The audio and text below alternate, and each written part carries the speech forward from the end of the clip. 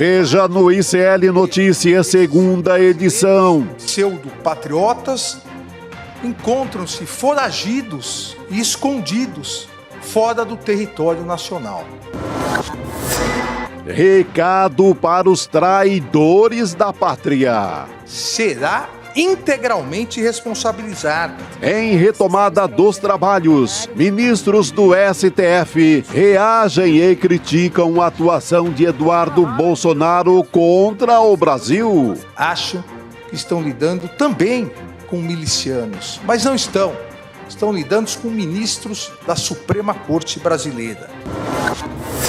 Recado para Trump. Alexandre de Moraes diz que vai ignorar sanções dos Estados Unidos e não vai se submeter a ameaças. O rito processual do Supremo Tribunal Federal irá ignorar as sanções praticadas. Tiro no pé do Jair. Pesquisa Datafolha mostra que maioria aprova a tornozeleira em Bolsonaro. O que vale pra mim é a lei de Deus. O ICL Notícias, segunda edição, está no ar.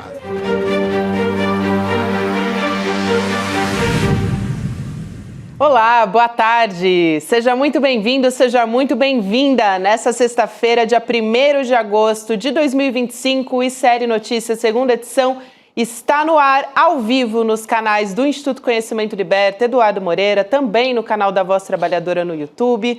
Boa tarde para você que nos ouve nas ondas do rádio da Web Rádio São João, diretamente de Quixadá, no Ceará, e também na Rádio Cultural no Rio Grande do Sul, ali na região da cidade de Torres. Estamos a postos já para falar mais uma vez os desdobramentos do tarifaço. É lógico que tem novidade nessa sexta também. Juliano Medeiros, Chico Sá, boa tarde, meninos. Boa tarde. Boa tarde. Começando em homenagem ao xará Chico Pinheiro, graças a Deus. Graças a Deus. Hoje é sexta-feira. Pareceu que não ia chegar nunca. Meu Deus, semana pauleira, tarifa, traição à pátria, Calabá, Joaquim Silvério dos Reis, bando de traíra, né? Pelo amor de Deus. Traição à pátria a gente está vendo ali há bastante tempo, né, Chico? Mas novidade bastante importante dessa semana. E hoje, Supremo Tribunal Federal voltando às atividades com discursos fortíssimos. Sim. A gente vai trazer aqui. Sim. E vamos chamar a Heloísa Vilela lá de Brasília também, que está acompanhando tudo. Cadê a Elo aqui com a gente? Falou Supremo, ela aparece. Estou aqui, cheguei. Suprema Boa jornalista. Noite, boa tarde, pessoal. Olha, vou te falar, né? Às vezes a gente fica assim, até com vergonha de usar certas expressões, né? Mas eu tenho que dizer, hoje foi uma sessão histórica no Supremo Tribunal Federal, porque nunca eles voltam ao trabalho com esse monte de discurso. Foi uma coisa totalmente fora do padrão, mas eles voltaram para cair de cabeça, mergulhar direto na defesa da democracia. Então foi assim, direi a vocês, é um ambiente super sóbrio, mas a vontade que deu depois de cada discurso foi sair batendo palma, mas a gente não pode, tem que ficar quietinho, né? Eu imagino, Elô, antes disso, teve jantar com o presidente Lula também. Aliás, a Elô falou de momento histórico. Uma coisa que a gente não aguenta mais nesse país é viver momento histórico, né? Um pouquinho de normalidade. Chega, né? Eu quero paz, não quero momento histórico. Mas vamos falar de mais esse momento histórico, porque é importante mesmo. Ontem o presidente Lula se reuniu até, ele ofereceu um jantar na noite de ontem aos ministros do Supremo. Hoje a gente acompanhou essas falas e a gente recortou aqui, trouxe alguns trechos mais importantes. A Elo acompanhou desde o começo, a gente vai poder repercutir aqui cada um deles com ela. Mas ontem, nesse jantar com o presidente Lula, foram 6 ministros. Então foram o Luiz Roberto Barroso, que aliás fez um discurso, talvez um dos mais fortes que a gente viu hoje, o Alexandre de Moraes, Gilmar Mendes, também o Cristiano Zanin, o Flávio Dino e o Edson Fachin estiveram lá. E eles disseram que nada vai mudar, apesar da retaliação do Donald Trump. A atuação da corte vai continuar no julgamento, ali seja no julgamento do 8 de janeiro, que é o mais importante nesse momento e que acabou resultando na tornozeleira do Bolsonaro, enfim. E vamos para o discurso de abertura, reabertura, na verdade, né, do Supremo Tribunal Federal nessa volta. Vamos começar pelo Alexandre de Moraes, que tem sido o alvo principal dos Estados Unidos, do governo Donald Trump. Ele falou que ele vai ignorar totalmente as sanções do Trump. Vamos assistir esse primeiro trecho. Prosseguirão. O rito processual do Supremo Tribunal Federal não se adiantará, não se atrasará.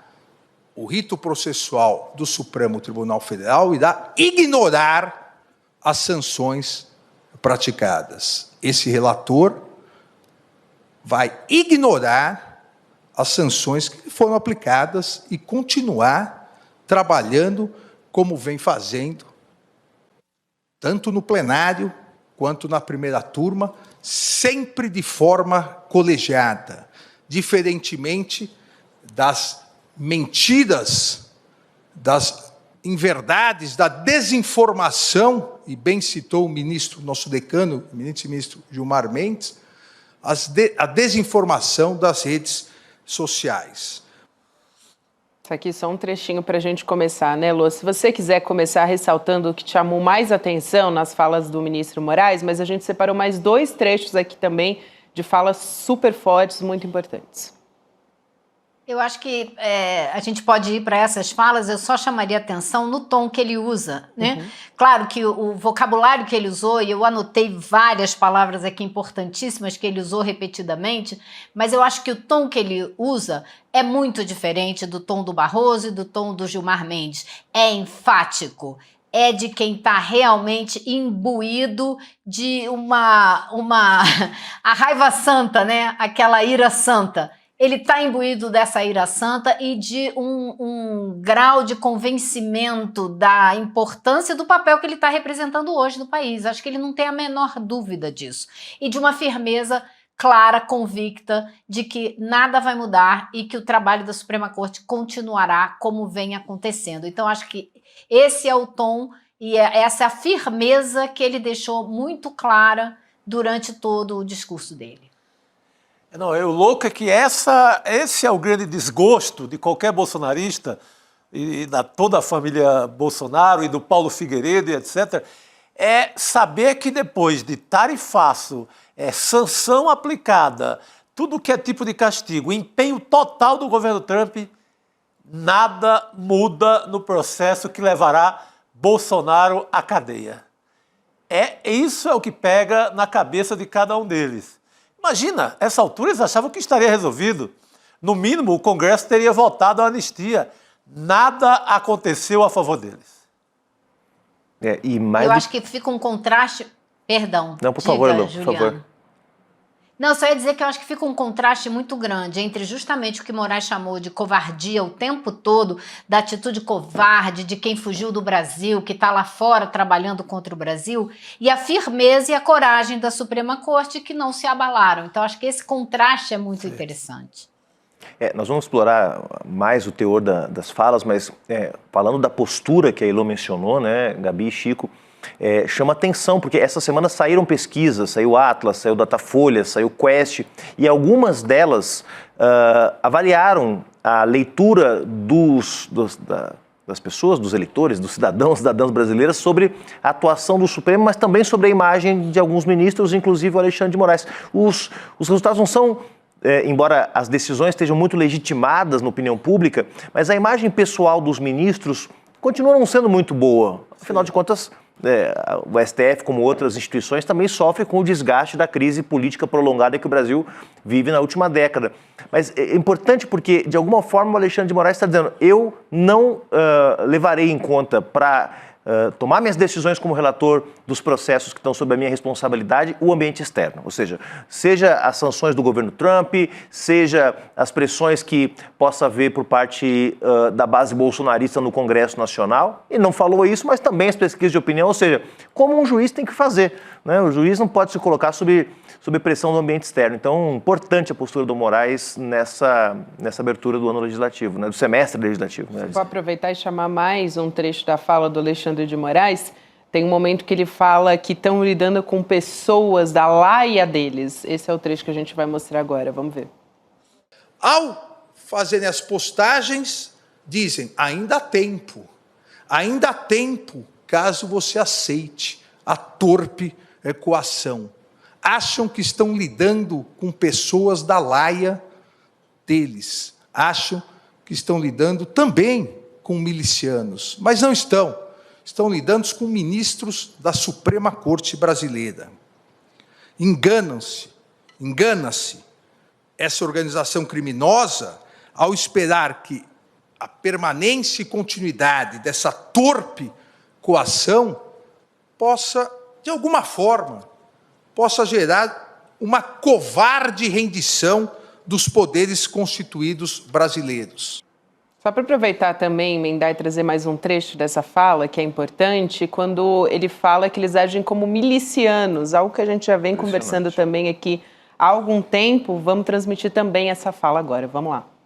Fazem isso diariamente nas redes sociais, ameaçando as famílias dos ministros do Supremo Tribunal Federal, do Procurador-Geral da República, em uma atitude costumeiramente afeta a milicianos do submundo do crime, com as recentes ameaças aos presidentes Hugo Motta e Davi Alcolumbre, da Câmara e do Senado Federal, com a ameaça de aplicação de um possível mal futuro, a Lei Magnitsky, como a minha aplicada, caso eles não façam o que se exige, o que essa organização miliciana exige, que será, como bem disse o ministro Gilmar Mendes, será responsabilizada, será integralmente responsabilizada.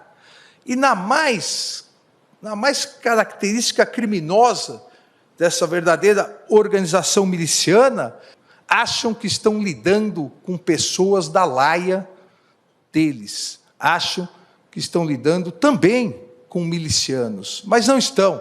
Estão lidando com ministros da Suprema Corte Brasileira. Engana-se essa organização criminosa miliciana e aqueles brasileiros escondidos e foragidos do território nacional, enganam-se em esperar fraqueza institucional ou debilidade democrática. Nossa equipe estava contando aqui, Elo, que ele usou termos como milícia, milicianos 5 vezes durante a fala dele. Quando ele começou a usar esses termos, eu falei, nossa, que coisa excelente, como ele colocou os pingos nos is direitinho, né? É uma coisa que a gente conversa há tanto tempo, esse tipo de chantagem, extorsão que eles estão tentando fazer com a Suprema Corte, com o Brasil inteiro. Estão tentando extorquir o Brasil inteiro, comemorando a imposição de tarifas nas nossas exportações como uma maneira de tentar subjugar o Brasil à vontade deles e colocando o Brasil à mercê de um outro país. Então, acho que foi muito claro o recado do ministro Moraes e mais, nesse recado também ficou mais do que dito que Eduardo Bolsonaro, se pisar no Brasil, nunca mais sair da cadeia, porque é como disse o ministro, há fartas provas nas investigações comprovando essas condutas ilícitas, falando dessa tentativa de coação, de interferir no processo que está em andamento. Então, assim, Eduardo Bolsonaro, ele deu toda a condenação hoje do Eduardo Bolsonaro com uma lista de crimes muito bem definidos, né? Então, eu acho que Eduardo Bolsonaro só volta ao Brasil se um dia ele for extraditado, for condenado aqui, e quando mudar o governo lá, quem sabe, os Estados Unidos mandam ele servir aqui junto com o Paulo Figueiredo. Muito bem lembrado, Elu. É quase como se fosse uma sentença antecipada do Eduardo Bolsonaro, o que foi dito aí. E outra coisa importante é que ele faz um jogo político necessário nessa hora, ele se alia a Hugo Motta e ao Alcolumbre, ele cita os dois como também alvo da família Bolsonaro. Ele busca aliança ali no Congresso, que costuma ser não muito favorável ao Alexandre de Moraes. Então ele recorre ao Legislativo ali numa aliança interessante no discurso. Com certeza. É mais assim, quase como um lembrar a eles, olha, Vocês são os próximos. Se a Boa. gente não defende a democracia, pode acontecer com qualquer um, inclusive com vocês. Então é melhor vocês começarem a se afastar dessa gangue, né? Muito bem lembrado. E a primeira vez, talvez, né, Lu, nessas 5 menções a relação dos bolsonaros com práticas milicianas, porque a milícia é uma máfia que existe no Rio de Janeiro, mas há práticas que a milícia usa, que é a prática da chantagem, da extorsão, né, do sequestro, e é um pouco isso que o Eduardo Bolsonaro está fazendo agora com as chantagens, né, que tem forçado o governo americano a aplicar sobre o Brasil. Mas mais do que isso, lembra a opinião pública, lembra o Brasil de onde saíram esses sujeitos, né, porque não há nenhuma condenação de nenhum dos integrantes da família Bolsonaro por relação com a milícia, mas todo mundo sabe que eles mantiveram relações com a milícia, todo mundo sabe que o Bolsonaro defendeu legalizar as milícias quando era deputado, todo mundo sabe que o Queiroz, amigo de Bolsonaro, braço direito, quem cuidava dos esquemas de campanha do Bolsonaro, tinha relação com a milícia de Rio das Pedras, né? Então, quer dizer, que isso saia da boca de um ministro da Suprema Corte, né, lembrando o Brasil das relações que essa banda mantém com as milícias no Rio de Janeiro, também é muito importante, né? Quer dizer, é mais do que simbólico, é um lembrete de que, olha, não dá para permitir que esse tipo de gente volte a frequentar as instituições democráticas no país, né? Exatamente, eu acho que foi fundamental.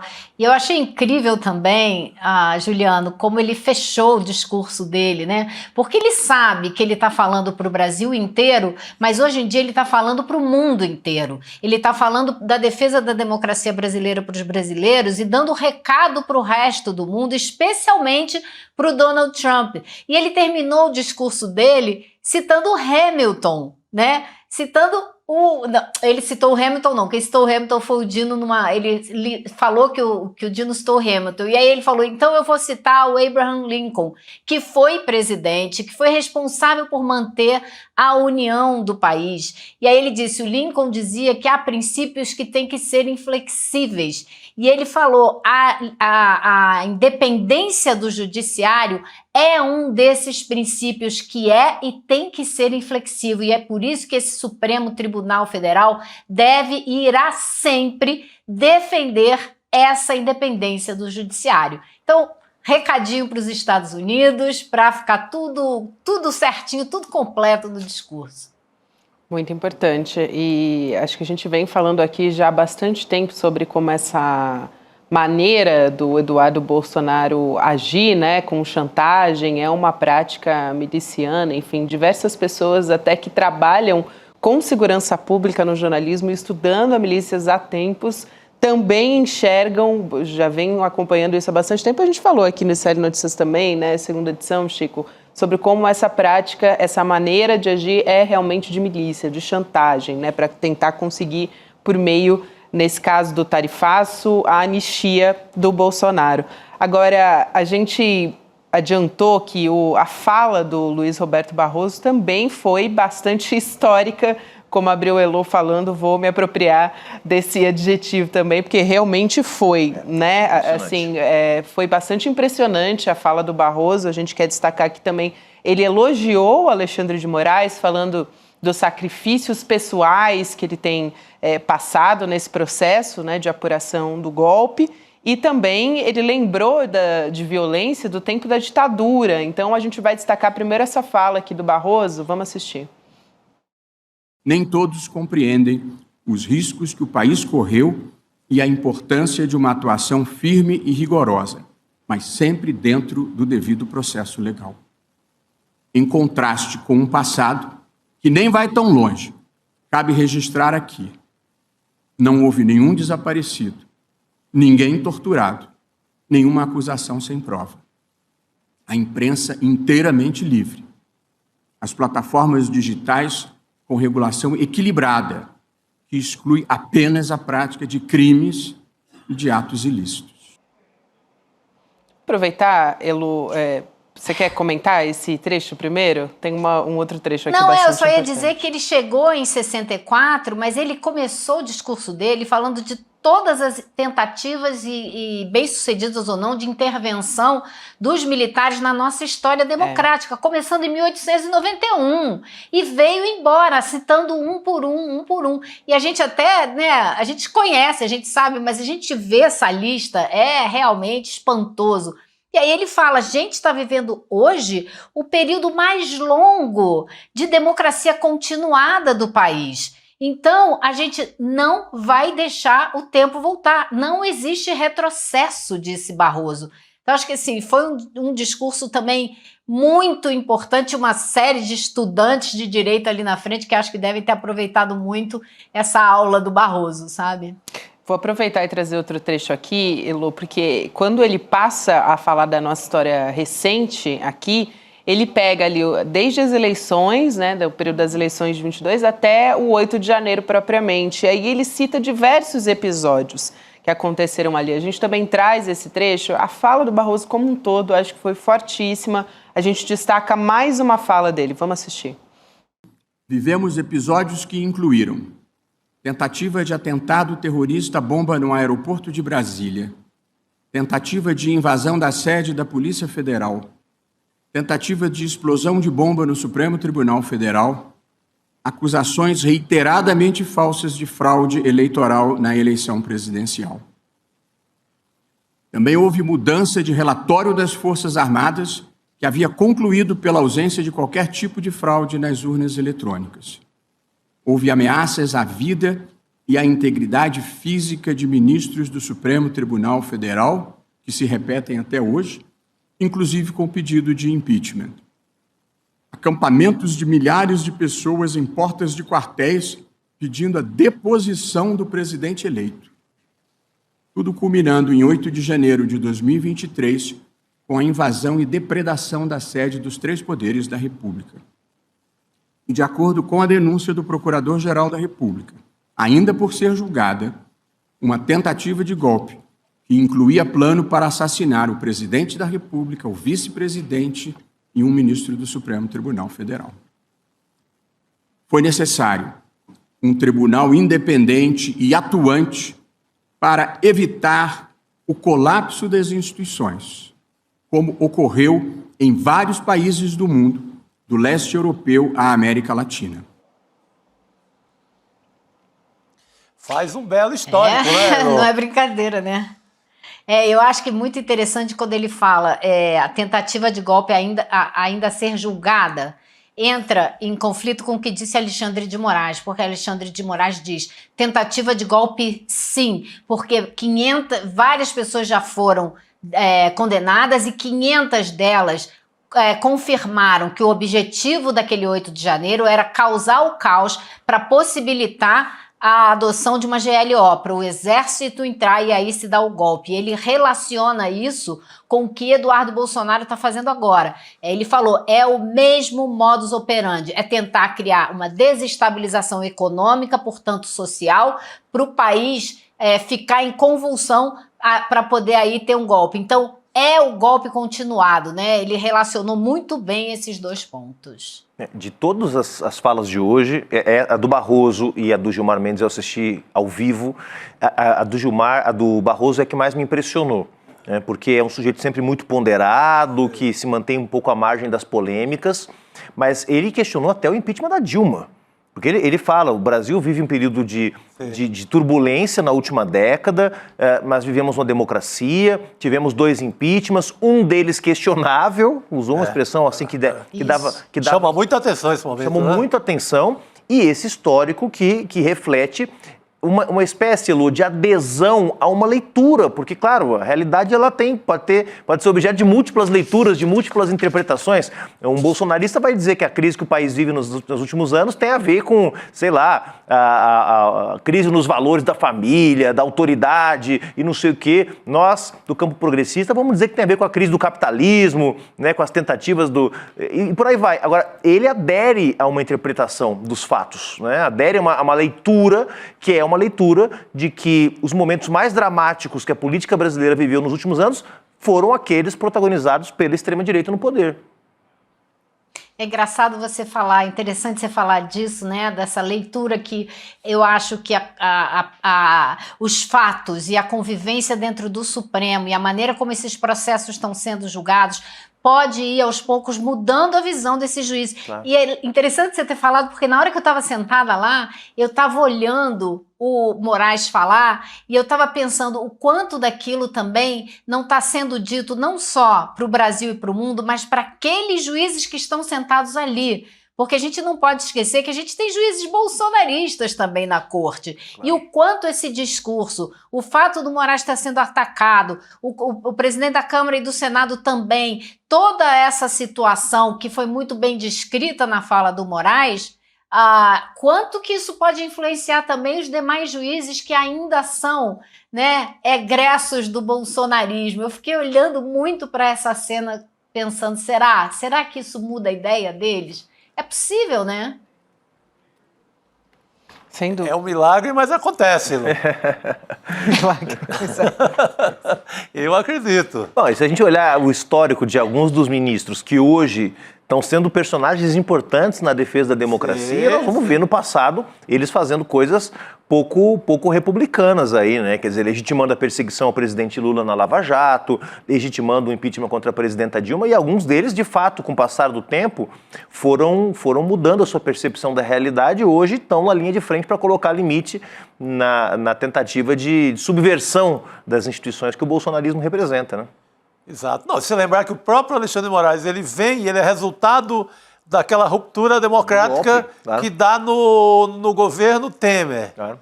Um traidor ali patente. Aí vem o Moraes, que não é um homem de esquerda, a gente tem que sempre lembrar isso.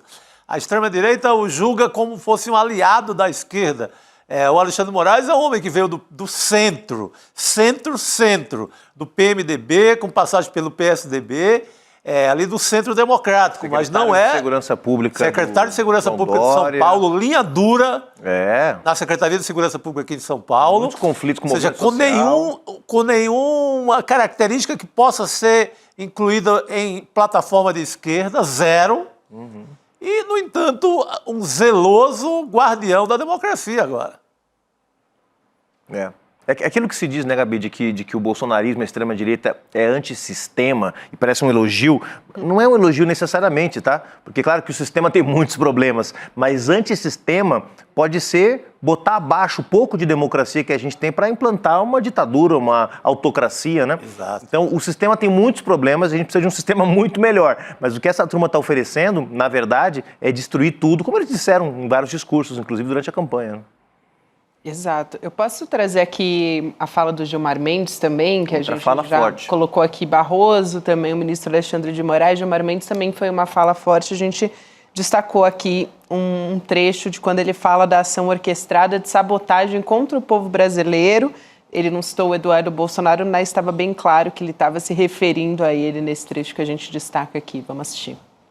Mas os fatos recentes se revelam ainda mais graves, porque decorreram de uma ação orquestrada de sabotagem contra o povo brasileiro, por parte de pessoas avessas à democracia, armadas com os mesmos radicalismos, desinformação e servilismo que vem caracterizando sua conduta já há alguns anos.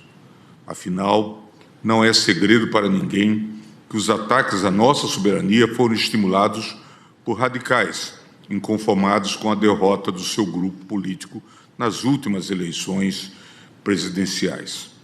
Entre eles, um deputado que, na linha de frente do entreguismo, fugiu do país para covardemente difundir aleivosias contra o Supremo Tribunal Federal num verdadeiro ato de lesa pátria.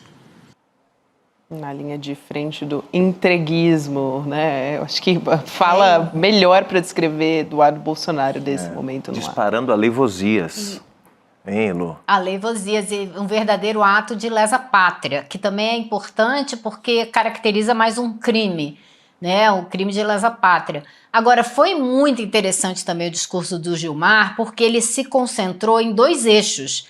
esse é um eixo dessa turma radical entreguista, chantagista, que está tentando coagir os poderes no Brasil, mas ele não deixou de lado, muito pelo contrário, um outro eixo, que é o das Big Techs. Ele se referiu às Big Techs longamente, deixando muito claro que ele entende perfeitamente que o grande peso, o grande lobby, o grande interesse econômico que está por trás dessa ação, não só dos entreguistas, né, da linha de frente do entreguismo, como do governo dos Estados Unidos, são os interesses econômicos das Big Techs, que não querem nenhum tipo de regulamentação aqui no Brasil, que se recusam a seguir as leis brasileiras, que vêm no mercado brasileiro, o mercado vital, e não querem perder dinheiro. Então, ele caracterizou muito bem a presença nefasta do lobby das Big Techs, que querem continuar usando suas plataformas para impulsionar a extrema-direita. Gente, fechando esse bloco sobre essa resposta conjunta do Tribunal Federal, que eu acho que é muito importante num contexto como esse, eu queria trazer aqui uma novidade, na verdade uma notícia que acabou de sair, do Donald Trump, que parece que está dando umas sinalizações, assim, mas de estar um pouquinho mais afinando. Elô, acabou de sair uma reportagem aqui de que o presidente dos Estados Unidos disse que o presidente Lula pode ligar para ele a qualquer momento, abre aspas, fecha aspas, para discutir sobre as tarifas e também sobre, enfim, essa guerra comercial entre os países.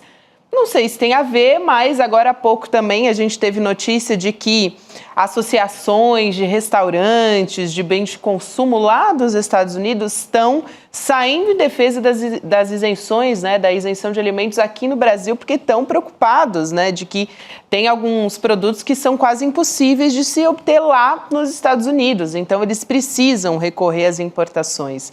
Então, um cerco ali que está pressionando o presidente dos Estados Unidos, ao mesmo tempo que isso acontece, ele dá uma declaração de que está disposto a conversar com o Lula.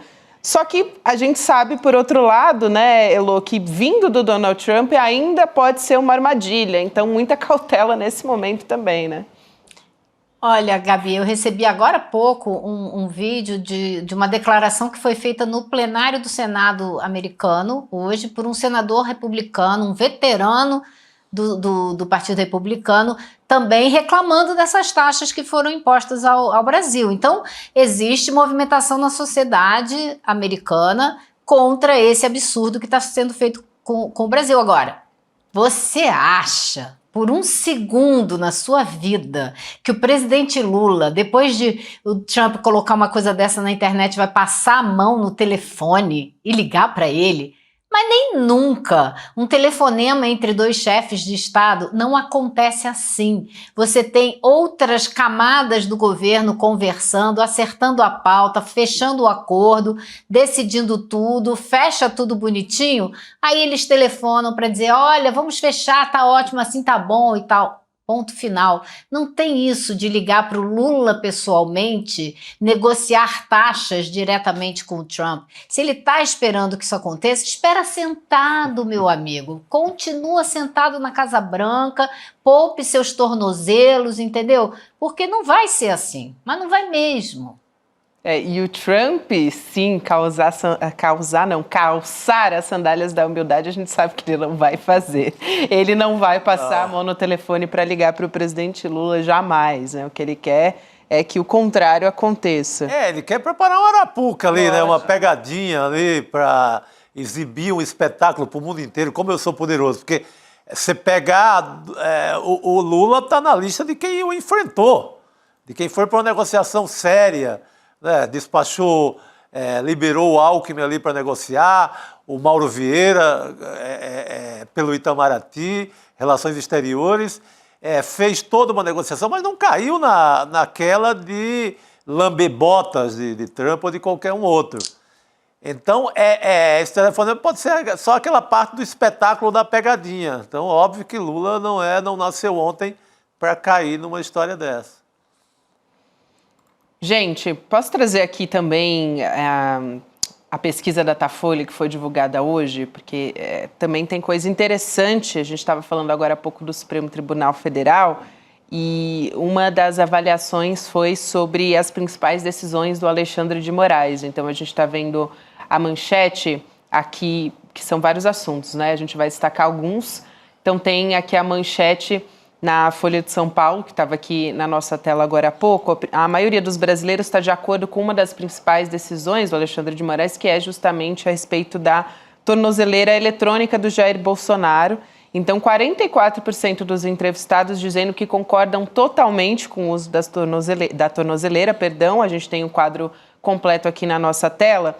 55% concordam com as restrições. Isso porque a gente está juntando aqui os números do concordam totalmente com concordam em parte. A gente ainda não está vendo essa tela, gente. Vamos voltar para a anterior. Então, concordam totalmente, concordam em parte.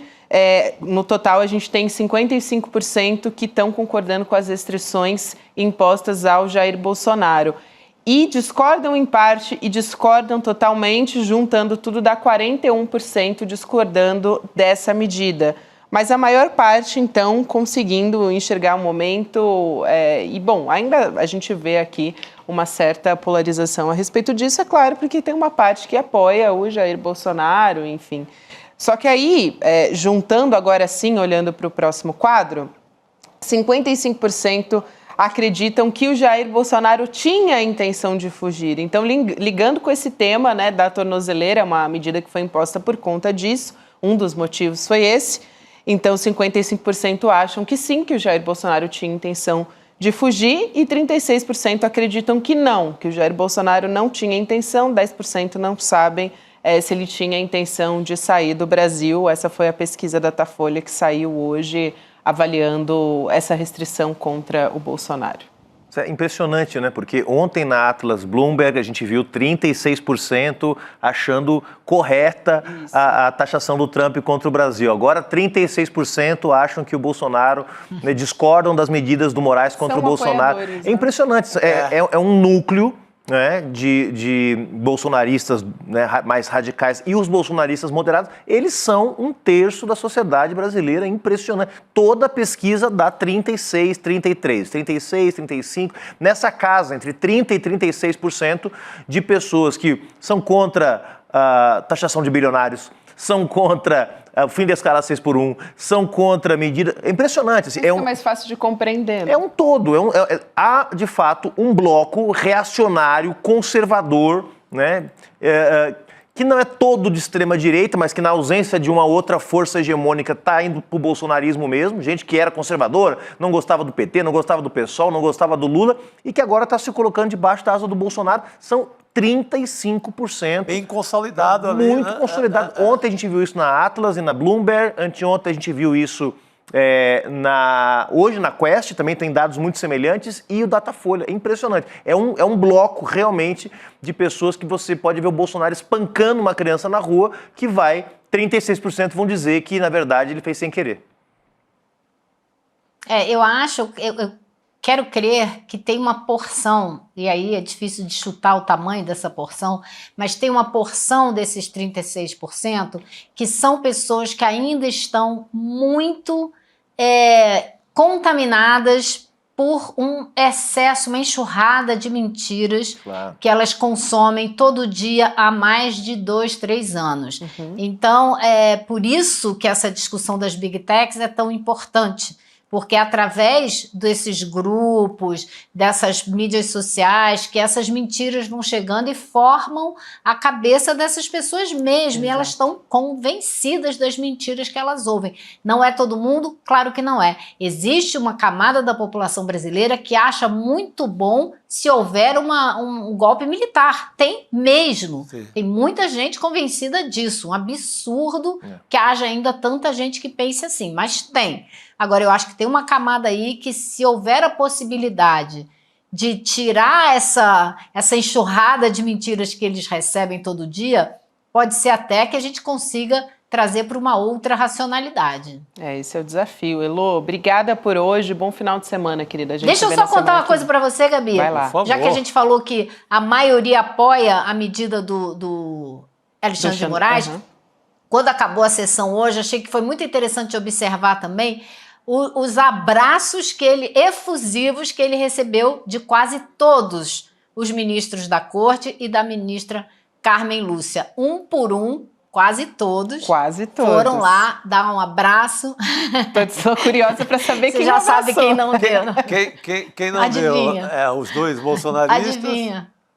Cássio Nunes Um não Marques. estava, porque Cássio Nunes Marques estava remoto. E André Mendonça, que estava sentado ao lado do Alexandre de Moraes, ouvindo o discurso dele o tempo todo, foi o único que eu não vi levantar para abraçar efusivamente o Alexandre de Moraes. Mas os outros todos foram lá dar uma palavra de apoio, um até abraço. o Fux, né? Até o Fux? Até o Fux. É importante. É o Fux que pode ir para Disneylândia e tal, mas foi lá e abraçou, tudo bem. Ele está mais em cima do muro. Está um pouco mais em cima do muro. Importante. Fux, eu tô botando minhas fichas aí em que na decisão do Fux, no julgamento da tentativa de golpe. Não acho que ele vai livrar a cara de todo mundo, não. Pode ser que ele livre a cara de um ou outro. Eu acho que mas eu acho que a grande maioria ele vai Também acho. condenar. Acho que ele vai diminuir a pena só um pouquinho ali, calibrar a pena, mas ele vai nessa, vai voltar com o Xandão. Boa, Elô. A Acho gente que se vê sim. na semana que vem, querida. Valeu, um beijão pra você. Bom trabalho Bom por fim de aí. semana. Bom final de semana. Né? Bom trabalho só na segunda-feira. É, Dá um pouquinho de folga pra Elô, né? por favor, E a a mulher gente trabalha demais. Trabalha. E a gente continua falando ainda sobre essa repercussão desse retorno aos trabalhos do Supremo Tribunal Federal, dos discursos dos ministros também. O professor João César de Castro Rocha está com a gente aqui de novo nessa sexta-feira. Que sorte a nossa de ter o professor aqui com a gente. Professor, muito boa noite. Boa noite, pessoal. Espero que vocês não se cansem de mim, porque eu estava aí ontem ao vivo. Jamais, De professor. forma alguma. Jamais. Em missa de corpo presente ou no virtual, amamos o professor. Aproveito até, Obrigado. professor, a gente guardou um trechinho, tá, da fala do Alexandre de Moraes para discutir com você. Bom. Agora há pouco a gente falava com a Elô, a gente destacou aqui algumas falas também. Mas tem um trecho interessante, quando o Alexandre de Moraes falou isso, eu até, assim, estava prestando atenção, mas sabe quando você dá até aquele hiperfoco, assim, na fala, quando ele fala pseudo-patriotas? Vamos assistir essa fala e a gente volta a conversar com o professor. Vamos lá. Age, repito, de maneira covarde e traiçoeira. Covarde porque esses brasileiros pseudo-patriotas encontram-se foragidos e escondidos fora do território nacional. Não tiveram coragem de continuar no território nacional.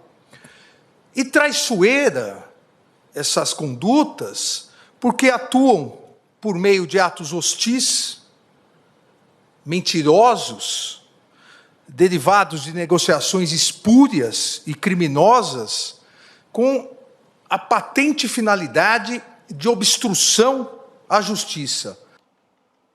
Aí ele está falando, né, professor, que tem uma organização criminosa atuando para submeter o Supremo Tribunal Federal ao crivo de um Estado estrangeiro. Muito importante também esse trecho. Muito. Eu assisti hoje tanto a fala do Alexandre de Moraes quanto a fala do Gilmar Mendes, do Luiz Roberto Barroso, do Jorge Messias, do Procurador-Geral da República, que foi muito breve. Eu achei absolutamente notável, Gabi, Chico, Juliano, porque eu achei que foram falas altivas, sem serem arrogantes, foram falas firmes, sem serem provocadoras. Mas o ministro Alexandre de Moraes, especialmente, eu acho que ele demonstrou a resposta que nós todos esperávamos que ele desse, que é justamente essa, Gabi. E eu fico feliz que você tenha destacado esse ponto, Gabi, essa parte da fala, porque, na verdade, se eu compreendi corretamente a estratégia discursiva e jurídica do ministro Alexandre de Moraes, ele se aproveitou da circunstância, da ação do Paulo Figueiredo Filho, do Eduardo Bolsonaro, do governo Trump, instigado por eles, para reforçar a tese do golpe no Brasil. Porque, em ambos os casos, há um fio comum. O fio comum é a estratégia golpista da extrema-direita, seja na Hungria, seja em El Salvador, seja no Brasil, seja nos Estados Unidos, A estratégia golpista é sempre a mesma: é desacreditar as instituições. É preciso enfraquecer as instituições, especialmente o judiciário, para então impor um executivo forte. Agora mesmo, ontem em El Salvador, o Nayib Bukele, o partido do Nayib Bukele, propôs uma emenda constitucional. Não sei se vocês repercutiram isso hoje. Ele propôs uma emenda constitucional para tornar a reeleição indefinida em El Salvador. Ele pode virar um imperador. Ele pode ser eleito presidente 47 vezes, que, aliás, é o que deu origem à Revolução Mexicana. Em 1910, quando eclode a Revolução Mexicana, é porque havia um presidente chamado Porfirio Díaz, que foi responsável pela modernização do México, era um positivista empedernido, e ele não saía do poder. Ele se reelegia, e o mote inicial da Revolução é que o Porfirio Díaz não podia se reeleger de novo. O Nayib Bukele está revivendo o Porfirio Díaz no século XXI. Então essa fala do ministro Alexandre de Moraes, ele faz uma equivalência. Por isso ele disse: a estratégia golpista é a mesma. Tanto no Brasil quanto fora do Brasil, do que se trata é de desacreditar as instituições. E hoje eu tenho a impressão que o Supremo Tribunal Federal subiu no conceito do povo brasileiro. Não daqueles 30%, 35%, que, como Juliano e a Heloísa diziam muito bem, são reféns de uma profunda dissonância cognitiva. Mas para o restante da sociedade brasileira, eu acho que hoje nós todos vamos dormir mais altivos e considerando a soberania nacional como um valor muito mais importante do que uma semana atrás. Excelente, professor, sempre atento também a essas falas, né, e a como o judiciário tem sido alvo da extrema-direita. Tem uma questão aí, professor, ontem a gente trouxe para quem acompanhou atentamente aqui, a gente tem até o recorte nas redes sociais, recomendo que as pessoas assistam a fala do professor comparando ali as relações entre o Donald Trump e o Elvis Presley, enfim, hoje ele vai fazer um paralelo entre o Alexandre de Moraes, justamente, que a gente falava agora dele, com o Carlos Drummond de Andrade. Professor, tem até, a gente já trouxe aqui o poema Hino Nacional, vou ler aqui o trechinho, o senhor prefere primeiro fazer a introdução e depois a gente lê o trecho? Não, vou deixar seu critério. Gabi, você lê super bem, quero escutar você lendo, por favor. Então tá bom, então a gente vai trazer esse trechinho aqui, que é uma resposta para uma pergunta que o Drummond deixou no ar lá em 1934 nesse poema. Então vamos lá, abre aspas para o Carlos Drummond de Andrade no poema Hino Nacional. Precisamos esquecer o Brasil. Tão majestoso, tão sem limites, tão despropositado, ele quer repousar de nossos terríveis carinhos. O Brasil não nos quer, está farto de nós. Nosso Brasil é no outro mundo, este não é o Brasil. Nenhum Brasil existe. E acaso existirão os brasileiros? Fecha aspas. Vou passar a palavra para o professor que vai ajudar nessa reflexão. Nossa, eu fiquei comovido com a sua leitura, Gabi. Esse Imagina, poema professor, é um poema não chega que nem perto da sua.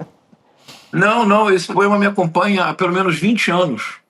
Há alguns textos que eu passo a vida inteira lendo e um dia eu talvez entenda, mas o bom mesmo da poesia e da literatura é não entender nada, não é, Chico? O bom é não entender. Exatamente. Porque você continua lendo. Deixar o mistério. Essa fritando, né? Essa que é a parte boa. Foi que nem ontem, eu finalmente consegui colocar em palavras uma ideia que me acompanhava há muito tempo, do Elvis Presley, do Trump. Vamos lá, Gabi. Esse poema é de um livro chamado Brejo das Almas, que foi publicado em 1934. O poema inteiro é uma paródia, uma sátira do tipo de discurso do Por que me ufano do meu país, que é o título de um livro de 1900, na passagem do 19 para o 20, do Conde Afonso Celso. E o livro é assim: Por que me ufano do meu país? Ele fala: porque nossas paisagens são incomparáveis, porque nosso povo é alegre, porque não temos terremoto, porque não temos maremoto, porque Deus nos deu esta natureza. E esse discurso ufanista, que sempre tem um problema, Gabi, gravíssimo nesse discurso, que já está lá na Canção do Exílio, do Gonçalves Dias, que nós falamos disso ontem, não é? Que não tem povo. Onde é que está o povo? Onde estão os brasileiros nesses discursos eternamente ufanistas? E o Drummond termina, então, de uma maneira muito dura. Ele diz assim, olha, o Brasil não nos quer, está farto de nós. Nosso Brasil é no outro mundo. Este não é o Brasil, nenhum Brasil existe. E você poderia parar aqui e pensar, entendo. O Carlos Drummond de Andrade está fazendo uma crítica ao Brasil oficial. ao Brasil formal, ao Brasil oficioso dos discursos vazios de políticos como os bolsonaristas. Então, claro, nenhum Brasil existe, mas haveria um Brasil profundo, um Brasil verdadeiro, autêntico, intrínseco, orgânico, que seria o povo. Aí vem a pergunta dura, Gabi, feita em 1934. Talvez só hoje nós tenhamos condições de responder. Ou seja, 91 anos depois. E nós tivemos que esperar 91 anos, Juliano, Chico, porque nós não tínhamos coragem de encarar a radicalidade da pergunta. Porque para ver brasileiro não basta 220 milhões de pessoas no mesmo território. Para ver brasileiro, brasileira, é preciso que haja um projeto comum. É preciso que haja o que Machado de Assis definia em 1873, um certo sentimento íntimo, que é individual e também é coletivo, é meu, e é meu porque é nosso. Então não existem brasileiros também. Se não há brasileiros, então não há esperança alguma, porque não há promessa de povo possível. E acaso existirão os brasileiros? Gabi, eu acho que hoje nós podemos responder. Sim, há brasileiros. Somos todos nós que sabemos, para recuperar outra citação do ministro Alexandre de Moraes, que a soberania nacional é uma coisa bela, desde que seja soberana e nacional, que é a crônica do Machado de Assis, que nós comentamos na sexta-feira passada, que o ministro voltou a citar hoje. Então, há brasileiros, Gabi. Brasileiros, não porque concordamos em tudo. Não. Divergimos. Somos diferentes, mas temos um projeto comum. O projeto comum é que no seio desta diferença reside a unidade fundamental. Nós somos altivos, nós somos brasileiros, somos brasileiras, nós respeitamos a nossa soberania. Nós não somos lambipotas, lambisporas, nós não somos servilões, em nenhuma circunstância nós somos traidores da pátria. Há brasileiros, Gabi, somos nós.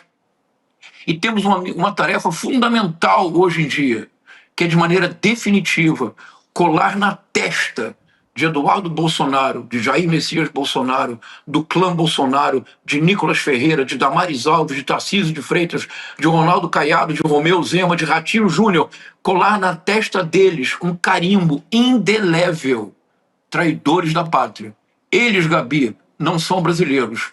91 anos depois, nós podemos finalmente responder ao Carlos Drummond de Andrade.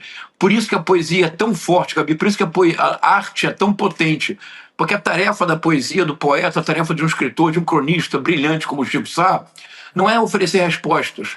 A tarefa é nos ajudar a formular perguntas que, de outra forma, nós não seríamos sequer capazes de conceber. Então, finalmente, Gabi, 91 anos depois, nós podemos responder o Drummond. Há brasileiros, somos nós que respeitamos a soberania nacional.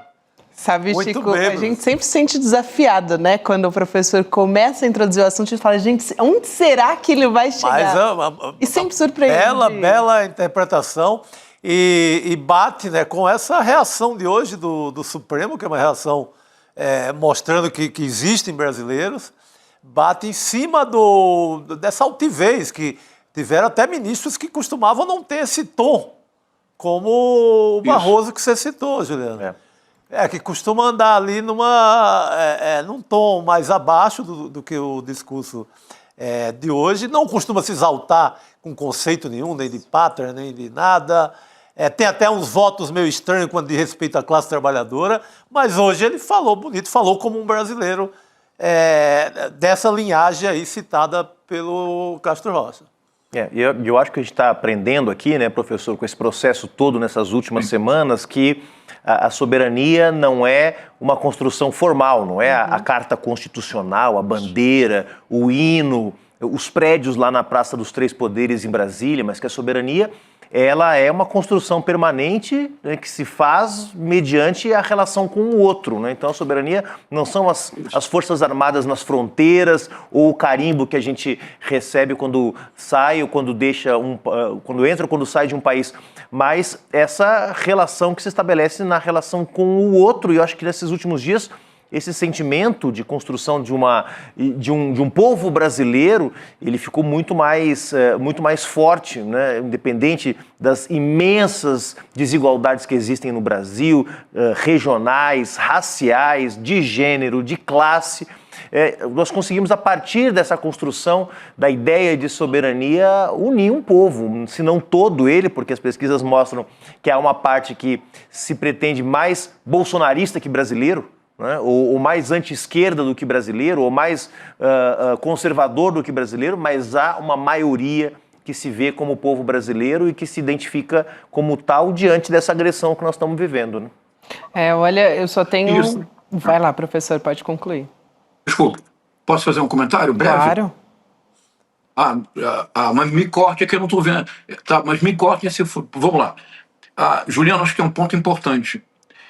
Eu creio que é possível projetar um cenário em que esse universo de 35% será em breve reduzido a 15%, no máximo 20%, que é a porcentagem que o Bolsonaro teve no pior momento da pandemia. Porque tem uma coisa que eu quero chamar a atenção nessa ideia do brasileiro. Se nós, para fazer curto, se nós pensarmos que entre 1945 e 1964, o partido que realmente vencia eleições era o PTB. Durante a ditadura militar, quando voltou a haver eleições, o MDB sistematicamente vencia a Arena, a tal ponto que a Arena o governo da ditadura precisou criar o governador biônico, o senador biônico, mudar o coeficiente eleitoral, porque as derrotas eram fragorosas da Arena para o MDB. Com a redemocratização, em 1985, nas 9 eleições presidenciais que houve, de Fernando Collor de Mello a Lula 3.0, o PT venceu 5, nas outras 4 ficou em segundo lugar. Quando o Partido Comunista Brasileiro foi legalizado em 1945, na Assembleia Constituinte de 46, o Partido Comunista teve uma bancada significativa, contando, por exemplo, com Jorge Amado. O Luiz Carlos Prestes foi eleito espontaneamente senador por vários estados, o que era possível na época. O que eu quero dizer com isso, Juliano, Chico e Gabi, é que há um brasileiro, há um povo brasileiro à espera de um governo que se torne decididamente um governo de centro-esquerda, que adote medidas polêmicas e que podem levar ao conflito, mas que serão medidas fundamentais para que essa base de 35% do Bolsonaro se reduza ao seu número verdadeiro, que eu projeto como sendo por volta de 15%. Ou seja, Gabi, o povo brasileiro é muito melhor do que os políticos, é isso que eu quero dizer. Professor, eu só tenho a agradecer por a gente poder refletir sobre esse momento histórico que a gente está vivendo por meio da literatura, por meio da arte. É um privilégio ter o senhor aqui com a gente nessa sexta-feira. Muito obrigada. Um abraço grande. Muito obrigado. Bom fim de semana. Muito obrigado. Bom final de semana. Excelente, professor. Obrigado mais uma vez. A gente fica com a cabeça fritando, né, depois da participação. Porque bota para pensar. Agora, interessante, Juliano e Gabi, que na Quest, assim, diante da pergunta, você apoia o tarifaço de Donald Trump, aliado do Bolsonaro, só 19%. Claro, quando corta, né? Aí que bate com o que o professor falou dos 15%, de chegar a 15% do Bolsonaro. Quando você faz a pergunta de forma mais direta, que não dá margem à interpretação e tal, você é a favor do tarifaço do Donald Trump apoiado por Jair Bolsonaro e família, etc, etc., só 19% bateu direto com isso, o resto foi pro buraco. Então, essa pergunta ela é mais otimista. A resposta que o povo dá na Quest ela é mais otimista. Assim. E aí é interessante da gente colocar nessas análises, né, desses dados que a gente vem trazendo nos últimos dias, Chico. Agora, quero lembrar aqui, eu estava falando do professor Castro Rocha, porque ontem a gente teve uma aula do professor Castro Rocha, do Gessé também, junto com o Eduardo Moreira, e é uma dessas aulas que a gente está trazendo para comemorar o ICL Eterno, né? Que é esse pacote de novidades que a gente está trazendo aqui no ICL. Então, assim, excepcional a gente poder contar com o professor Castro Rocha, também com o nosso time de jornalismo. Quanto mais a gente dá um passo maior, e esse foi um capítulo que a gente está inaugurando aqui no ICL, mais a gente consegue ter pessoas como o professor Castro Rocha, que é um gênio, né, no nosso time. Exatamente, eu acho que o ICL está mudando de patamar graças ao ICL Eterno. Ontem mesmo estava vendo, entra uma correspondente direto de Gaza. Que jornal do Brasil, dizendo, não está acontecendo isso, que mídia brasileira, né, tem correspondente direto de Gaza. Exato. Nenhum. Cobrem Gaza, cobrem o genocídio via Londres, via Roma. muito longe dos acontecimentos. E o ICL, graças ao ICL Eterno, numa aliança com a Telesul, está lá, falando direto de Gaza. Isso foi já um benefício já do ICL Eterno e só tende a crescer por conta desse apoio que a gente recebe. Exatamente, Chico. Agora mesmo a Elô Vilela estava dizendo Castro Rocha é a esperança porque a arte salva. Exato. E um dos braços que a gente tem aqui do ICL Eterno, né, desse pacote de novidades, é justamente a arte, o entretenimento. Um dos nossos sonhos coletivos aqui é ter um centro cultural, né, em que as pessoas possam visitar, que os movimentos sociais possam visitar, enfim.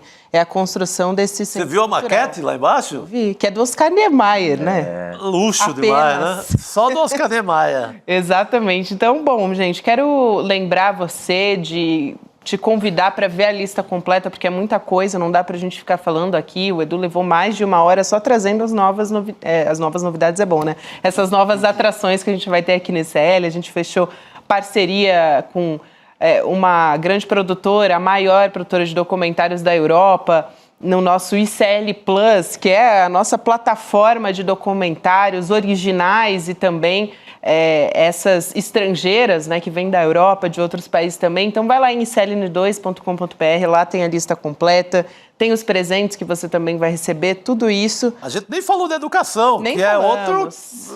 que é outra, pós pra toda a outra família. área que mais do que dobrou. Essa, para mim, é a mais revolucionária, na verdade, do ICL Eterno, né? Sim. Porque você pode fazer uma pós, eu posso fazer uma pós, o meu filho, o meu irmão, o meu pai, a minha mãe, enfim, todo mundo pode fazer. E isso pagando uma vez. Sim. É um baita né? investimento. Todo mundo pode fazer. É a mesma coisa que o investimento que você tem numa pós individualmente é o preço Pra do família ICL inteira. Eterno. Só que para a família e para sempre. Sim. Né? Se você quiser ficar fazendo para sempre, após você pode. Então, vamos nessa, aqui reforçando o icln2.com.br para você poder aderir. Lembrando que as compras que você faz do ICL Eterno são nos nossos links oficiais do ICL, esse que eu acabei de divulgar. Mas se você tiver algum contato suspeito, você vai em icl.com.br/verificador para não cair em nenhum golpe. Então, vamos chamar a Cristina Serra, ela que está aqui hoje para conversar com a gente. Temos novidades a respeito de Carla Zambelli, chegando aqui para conversar, e eu já vou também adiantar esse assunto aqui da Zambelli, que passou por audiência de custódia lá na Itália. Os detalhes já eu te conto. Primeiro eu vou dar boa noite para a Cris. Boa noite, querida. Boa noite, Gabi, Chico, Juliano. Boa noite. Boa noite, querida. Bom, a Zambelli estava dizendo aí, né, pelos quatro cantos, que não ia ficar presa de jeito nenhum. Só que ela passou pela audiência de custódia lá na Europa e ela vai ficar presa sim, por enquanto. Essa é a decisão. A defesa da Carla Zambelli está tentando evitar que ela fique presa até a definição a respeito da extradição aqui de volta para o Brasil. Esse processo de extradição é mais longo, a gente não tem a certeza de quanto tempo isso vai durar, só que o pedido de liberdade vai começar a ser analisado na segunda metade de agosto. Então, a gente está falando para a coisa daqui a 15 dias a gente começar a ter uma movimentação sobre isso.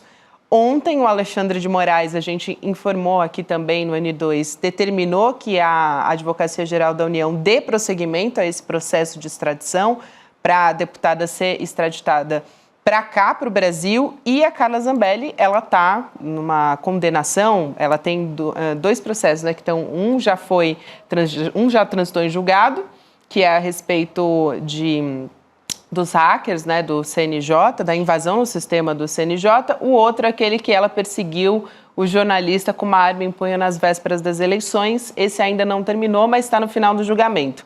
Fato é que ela foi condenada nesse primeiro caso pelo STF, a 10 anos de prisão, e aí ela foi primeiro para os... Na verdade, não foi nem primeiro para os Estados Unidos, né? Primeiro ela cruzou a fronteira aqui com a Argentina, depois ela foi para os Estados Unidos, depois ela chegou até a Itália, onde ela tem dupla cidadania, Cris. Mas vai ficar presa por enquanto. Gabi, duas coisas que eu quero falar sobre esse caso da Carla Zambelli, que, aliás, foi uma prisão que eu digo com toda sinceridade, comemorei bastante. Era muito importante que ela fosse presa, de fato, porque ela estava fazendo pouco caso da justiça brasileira, né? Estava debochando o tempo todo e continuava usando rede social e tudo mais. Então, isso era preciso, de fato, que ela fosse presa, né? Essa cena aí que todo mundo conhece bem, aí, durante as vésperas da eleição de 2022, né? É uma cena de uma violência muito grande, uma carga de violência simbólica muito grande.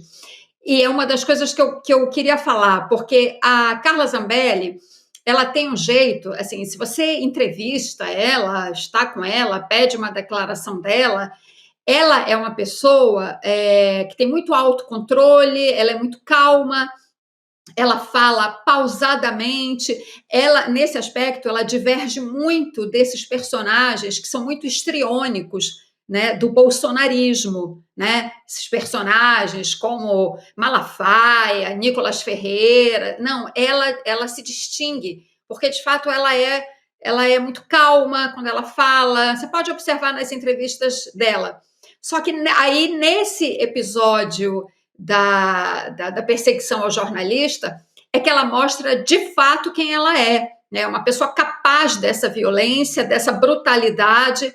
E mesmo quando ela fala, quando eu digo que ela é uma pessoa calma, que fala dessa maneira pausada, aparentemente equilibrada, só que ela fala as piores barbaridades, né? Ela fala coisas de uma carga de violência muito grande, só que nesse formato, né? É o conteúdo violento, mas o formato, digamos assim, de uma pessoa calma e equilibrada, né? Então, ela é uma pessoa, na verdade, ela tem todas as características, né?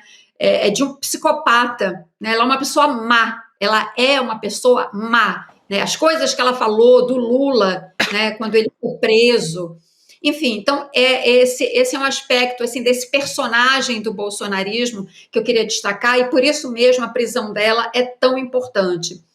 A outra coisa que eu queria mencionar é o seguinte: ela, o advogado dela, parentes dela, enfim, todo mundo, né, fica o tempo todo com aquele discurso de que aqui no Brasil ela não teve direito a um processo justo, né, que ela é vítima de uma perseguição política e que por isso ela foi para a Itália.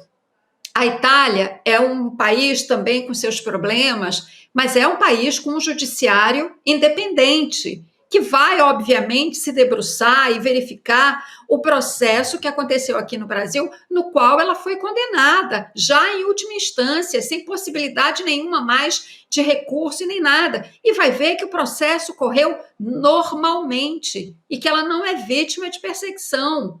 Então, assim, a expectativa que eu tenho é, sim, de que o judiciário italiano verifique o processo que aconteceu aqui no Brasil, verifique que tudo correu de acordo com a lei, que ela teve todas as oportunidades de defesa, confirme isso e abra o processo de extradição.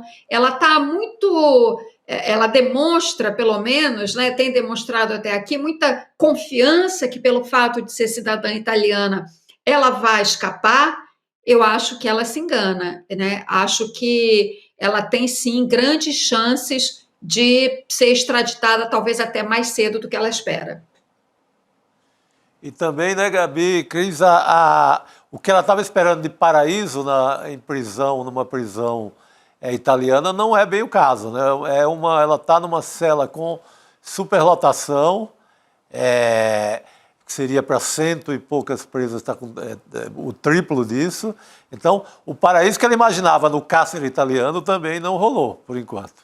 Esperava cannoli, espaguete e Chianti, né? Mas não tem isso, não. Não é por aí. Ô, Cris, eu vou pedir licença para a gente seguir aqui falando de COP30, porque eu sei que é um assunto muito importante, que você quer muito tratar aqui. A gente tem só 5 minutinhos, mas acho muito importante trazer a fala aqui do presidente da COP30, negando a possibilidade de transferir o evento de lugar, né? Os preços estão abusivos, ele admitiu isso, mas disse que, numa entrevista para o Estadão, o André Corrêa do Lago disse que Belém não tem problema de acomodação para receber público admitiu a discussão sobre os preços. Olha só esse trecho da fala dele, a gente vai colocar aqui na tela. Então, o André Corrêa do Lago diz o seguinte, o presidente da COP30: se na maioria das cidades onde as COPs aconteceram, os hotéis passaram a pedir o dobro ou o triplo do valor, no caso de Belém estão pedindo mais de 10 vezes. Então, há uma sensação literalmente de revolta dos países por essa insensibilidade, sobretudo por parte dos países de menor desenvolvimento, que estão dizendo que não poderão vir à COP por causa dos preços extorsivos e abusivos. De fato, os preços de Belém estão completamente abusivos. Bom, não tem nem o que discutir, né, Cris? De fato, já faz bastante tempo que a gente vem conversando a respeito disso, né? De como é completamente excludente você ter preços nessa faixa. Quando você pesquisa, você quase cai da cadeira, né? De ver quanto que está custando. Gabi, tem várias coisas que eu queria falar sobre esse assunto, mas eu vou tentar ser bem sintética para abordar tudo dentro do tempo aí que nos resta.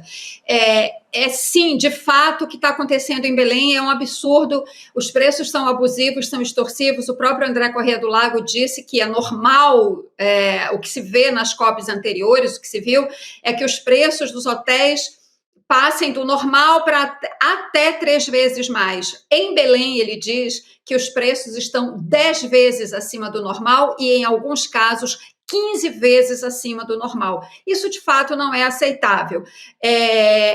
O que me chamou a atenção nessa fala do André Corrêa do Lago, embora depois dessa entrevista ele já tenha dito que vai ser em Belém, ele reafirma que a COP vai ser em Belém, é que ele, como diplomata, ele usou palavras muito fortes, né? Preços abusivos e extorsivos.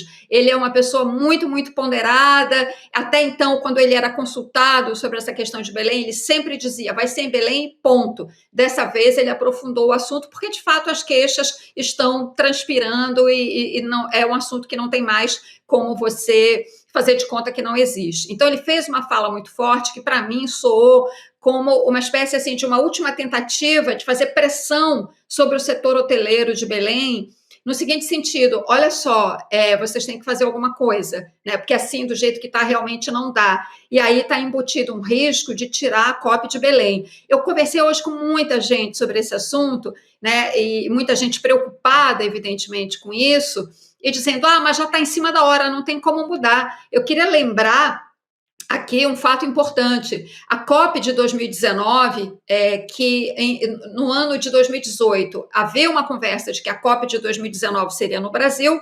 Quando o Bolsonaro foi eleito, ele disse, não vai ter COP no Brasil. Aí a COP passou para Santiago, no Chile. Só que o Chile, em 2019, estava fervendo de protestos, passeatas, e por falta de segurança e de condições de fazer a COP saiu de Santiago e foi para Madrid, faltando pouquíssimos meses para a realização da COP. Então, há cidades no mundo inteiro que têm uma infraestrutura preparada e que podem receber a COP assim, num piscar de olhos, né? Então, é bom realmente que esse recado chegue ao setor hoteleiro em Belém, que tenha resultado essa pressão. E, por último, para encerrar, acho que o governador do estado do Pará, Helder Barbalho, como anfitrião deste evento, que tem sido beneficiado, o governo paraense, beneficiado com investimentos de grande volume, de obras importantíssimas, ele tem a obrigação, né, como governador, de sentar com o setor hoteleiro do Pará e dizer, vamos chegar aqui a um denominador comum. É hora das lideranças exercerem o seu papel. E isso não com tudo que o presidente Lula está enfrentando neste momento, não cabe ao Lula fazer isso, mas cabe ao governador do estado. Então, que esse recado chegue a quem de direito e que se realmente chegue a uma solução para não tirar a COP de Belém, que seria um desastre do ponto de vista de imagem, não só de Belém ou do Pará, mas do Brasil. E mais do que isso, né, Cris, o Brasil está recebendo uma COP depois de várias COPs em países não democráticos, como o Egito, o Azerbaijão, os Emirados Árabes Unidos. Então tem uma grande expectativa, a sociedade civil quer participar da COP. Chega lá, não consegue encontrar acomodação. O problema não é só as delegações estrangeiras, o problema é a sociedade civil brasileira que quer estar participando da COP e não vai poder. Agora, complementando, é importante a pressão que o André Corrêa do Lago faz para o setor hoteleiro, porque virou realmente uma coisa completamente fora de controle, mas eu reforço, Cris, que O governador Helder Barbalho controla a Assembleia Legislativa do Pará, tem ampla maioria, inclusive indicou recentemente a esposa para ser conselheira do Tribunal de Contas do Estado, e controla a Câmara de Vereadores de Belém, tem um primo como prefeito de Belém.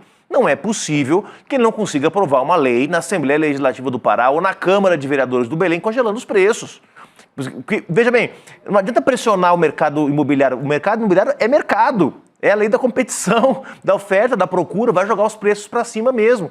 Tem que ter regulação estatal. Então você está corretíssima, Cris. Pressão para cima do Helder Barbalho, pressão para cima do prefeito de Belém, o Igor Normando, e da Assembleia e da Câmara de Vereadores, que gentilmente me cedeu o título de cidadão belenense anos atrás, mas que agora está sendo omissa diante dessa situação que está acontecendo lá em Belém. Cris, muito obrigada. Vou até propor a gente fazer essa discussão com mais profundidade. Vou te mandar um recadinho aqui, porque é muito importante. Vale a pena.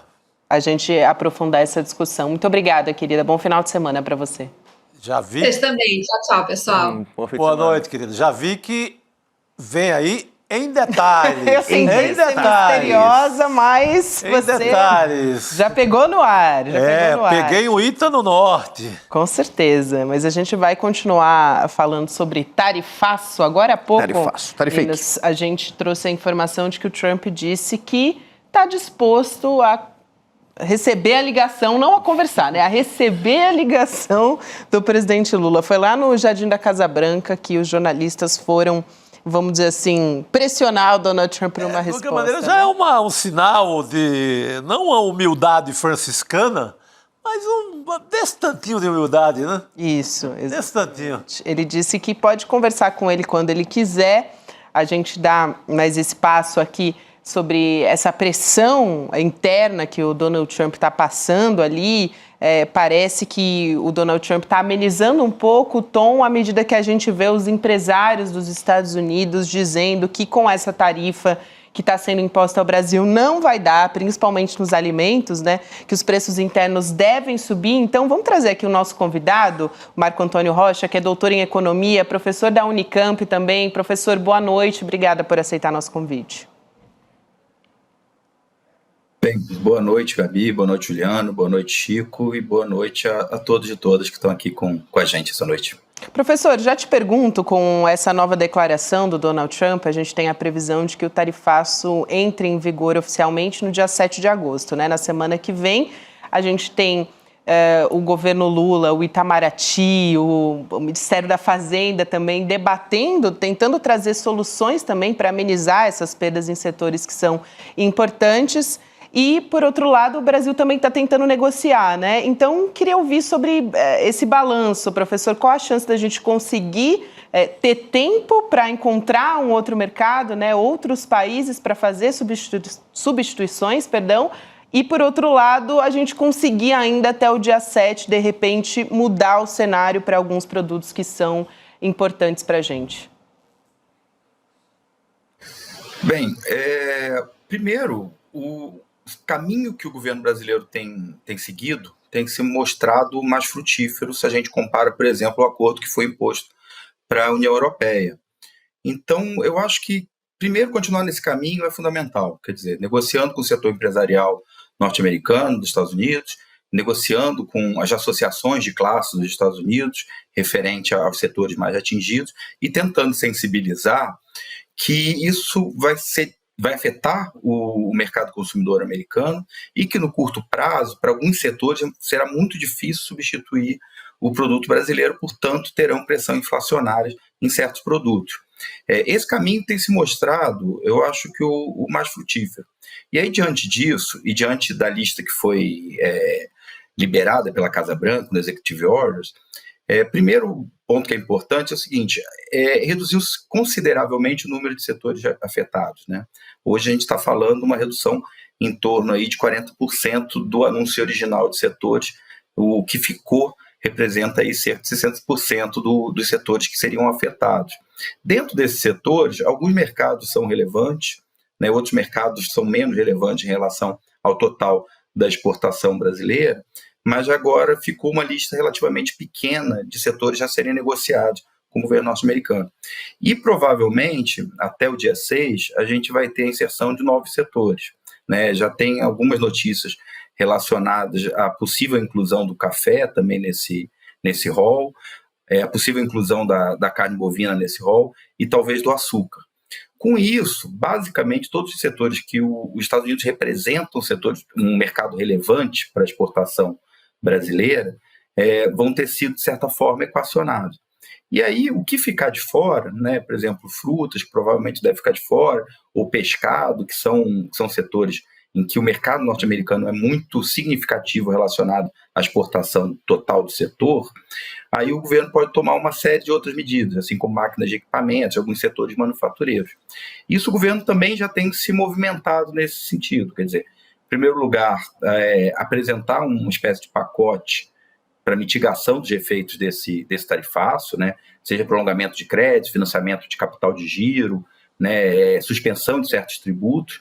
E no lado vamos dizer assim, que preocupa mais, que são sobretudo nos setores relacionados ao agro, o que é perecível, o governo entrar com política de compra, né, acionar a Conab, né, acionar o PAA, quer dizer, usar essa estrutura de políticas públicas para ampliar a demanda interna, de certa forma compensando a perda do mercado norte-americano.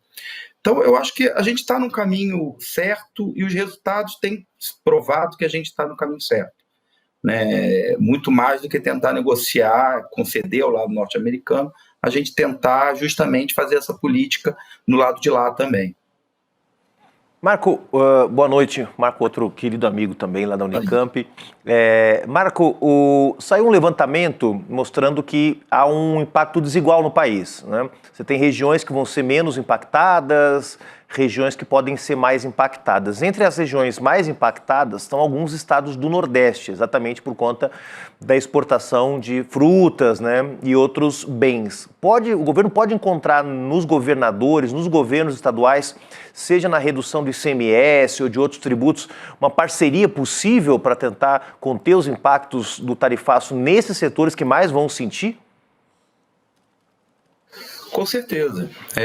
Vamos pensar o seguinte, no anúncio inicial do tarifaço, os cálculos feitos em relação ao impacto macroeconômico apontavam a possibilidade de um efeito negativo em torno de 0,3, 0,4 e pouco pontos percentuais do PIB. Só para a gente ter uma ideia comparativa, quando a gente lembra lá da greve dos caminhoneiros em 2016, o que foi projetado em relação de impacto negativo no PIB foi 1 ponto percentual. Então, a gente está falando de um efeito que já seria inicialmente menos da metade do que foi lá a greve dos caminhoneiros em 2016. O que eu estou querendo dizer é o seguinte, macroeconomicamente, já não seria um efeito tão significativo sobre a economia brasileira como um todo, né? Mas afetariam regiões e municípios de forma mais significativa. Agora, com a redução, a gente tem efeitos que vão ser muito localizados, né? Isso facilita a resposta justamente interna do governo brasileiro. O problema é que, para a gente acessar, vamos dizer assim, em termos de política pública, essas regiões, esses municípios, é fundamental a gente ter cooperação dos governos locais, né, dos governos subnacionais. Então, por exemplo, estados que têm política de compra de alimento, ou políticas, por exemplo, de fornecimento de alimento para merenda escolar, etc., o governo federal podia entrar dando uma turbinada nisso, né? Quer dizer, fornecendo financiamento, fornecendo, né, capital para fazer essas compras, tudo isso em, vamos dizer, coordenação com os governos subnacionais, poderia baixar significativamente os efeitos, mesmo pontuais, criados por essa nova política comercial dos Estados Unidos. Então, é possível, plenamente possível, o governo equacionar em relação ao que tem acontecido, porque agora, vamos dizer, os efeitos estão bem concentrados regionalmente e setorialmente. Chico. Professor, só uma informação, o Ceará vai comprar, fazer compra, principalmente de pescado, castanha de caju, que for de alimentos, camarão, porque o Ceará exporta muito nessa área aí para os Estados Unidos. O Elmano de Freitas, o governador, anunciou compras para programas sociais. Vai dar uma amenizada. Mas, professor, eu queria saber mais no plano internacional. Dia 7 de agosto, a gente vai ter ali o final desse tempo dessa temporada de tarifas. Vai saber quanto vai ser real para o Vietnã, o Brasil vai fechar ali a tabela de tarifas, o México, que ganhou mais 90 dias, também vai saber quanto vai pagar. Eu acho que, a partir disso, a minha impressão é de que o mundo passa a fazer novos negócios, não? Por exemplo, a carne do Brasil, que não tinha espaço em tal lugar, dependendo desse tabelão internacional do Trump, ela pode ser deslocada para outro campo. E que essas negociações acho que não começaram ainda, até esperando o Trump passar a régua até o 7 de agosto. O que é que o senhor acha dessa perspectiva? Eu vou só pedir, desculpa interromper o professor Marco Antônio. Estamos chegando. A gentileza e o desafio para o professor. Eu esqueci do tempo também. Até eu esqueci do tempo. Sucinta, porque está acabando o nosso tempo. Mas vou passar a palavra para o professor para não tomar mais tempo. Sem problema. Eu acho que a saída é um pouco por aí, né? Quer dizer, a gente falou de uma das formas de enfrentar isso, que é justamente fornecer, vamos dizer, liquidez de créditos para os setores atingidos, do outro lado fazer políticas de compra para reduzir o impacto da demanda, da perda do mercado norte-americano, da perda do mercado dos Estados Unidos. E eu acho que o terceiro ponto é esse, quer dizer, é reativar a diplomacia comercial brasileira, procurar os fóruns parciais, procurar o que restou do multilateralismo, né, e trazer esses países que foram afetados de volta para a mesa e procurar uma coordenação internacional dentro dos fóruns possíveis para dar uma certa resposta a isso. O problema é que a diplomacia norte-americana, a diplomacia dos Estados Unidos nesse momento, tem se movido no sentido de ameaçar qualquer tipo de construção e de fortalecimento dos fóruns internacionais. E eu acho que é aí que está o X da questão, porque provavelmente esse cenário vai caminhar para uma escalada. Por quê? Porque os países afetados procurarão cooperação e coordenação internacional, porque a política é assim, né? A gente não fica no vácuo, os países vão procurar esses fóruns e vão procurar fortalecer a diplomacia comercial dentro desses fóruns. E provavelmente o governo Trump vai reagir a isso. Então, é um pouco esse dilema que está colocado. Né? Quer dizer, a gente tem que procurar reativar a diplomacia comercial, usar esses fóruns como os BRICS e o que restou do multilateralismo para isso, já sabendo que a diplomacia comercial vai se mover no sentido contrário, vai se mover no sentido justamente de desarrumar, de desorganizar e de onerar os países participantes desse fórum. Então é esse um pouco o cenário internacional que a gente tem e que o Brasil, de certa forma, vai ter que se posicionar e pensar como lidar com isso. Professor, quero muito agradecer a sua presença e fica um convite para o senhor voltar numa próxima também, a gente continuar aprofundando. Muito obrigada. Bom final de semana. É sempre um prazer estar aqui. Convite e agradeço o espaço, importante esse debate. Prazer. Bom final de semana aí a todos e a todas que estão com a gente. Obrigada. Obrigado. Professor Marco Antônio, prazer é todo nosso. Fera demais. Fera e com certeza a importância da gente agir em blocos, né? O Brasil agir em blocos. Quero dar uma dica aqui para o final de semana.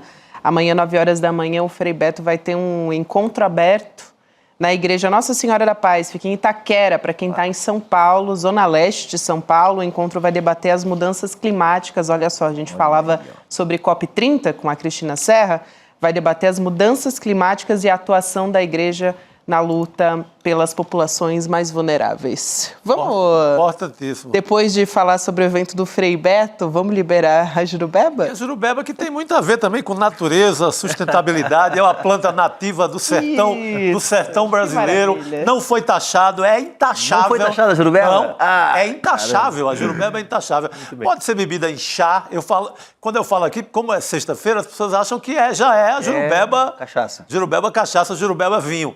Pode ser um chá de jurubeba, uma infusão, que é muito bom para o fígado. Fresco de jurubeba. Então, seja como for, beba jurubeba. Beba jurubeba. Eu quero mandar 2 abraços. Semana passada eu mandei abraço para o Rio Grande do Sul, eu vou mandar abraço para o Amapá. Está nos assistindo o Michael Magalhães, um grande amigo, e o Paulo Lemos, que assumiu hoje como deputado federal, teve um recálculo no TRE. Sim. Saiu a Silva Wayampi, que é uma uma bolsonarista, entrou Paulo Lemos, deputado federal. Abração, Paulo. Boa notícia. Parabéns. Viva Macapá. E com essa nós vamos embora, então, nessa sexta-feira. Segunda-feira a gente está de volta aqui com mais notícias, mais novidades, mais jornalismo. Chico Sá, Juliano Medeiros, boa noite para vocês. Boa noite, bom fim de semana, pessoal. Vamos nessa. Valeu. Pessoal.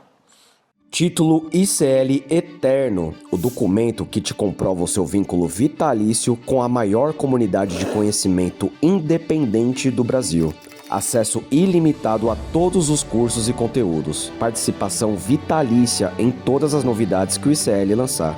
Apoio na construção dos nossos sonhos. Seu nome eternizado como apoiador do ICL. Não é assinatura, não é renovação. É conhecimento para você e para sua família para sempre. ICL Eterno, porque o conhecimento liberta para sempre. Você sabe qual é a diferença entre informação e conhecimento? Uma informação é um fato dado sobre algo ou alguém. O conhecimento é a capacidade de interpretar e analisar criticamente uma informação.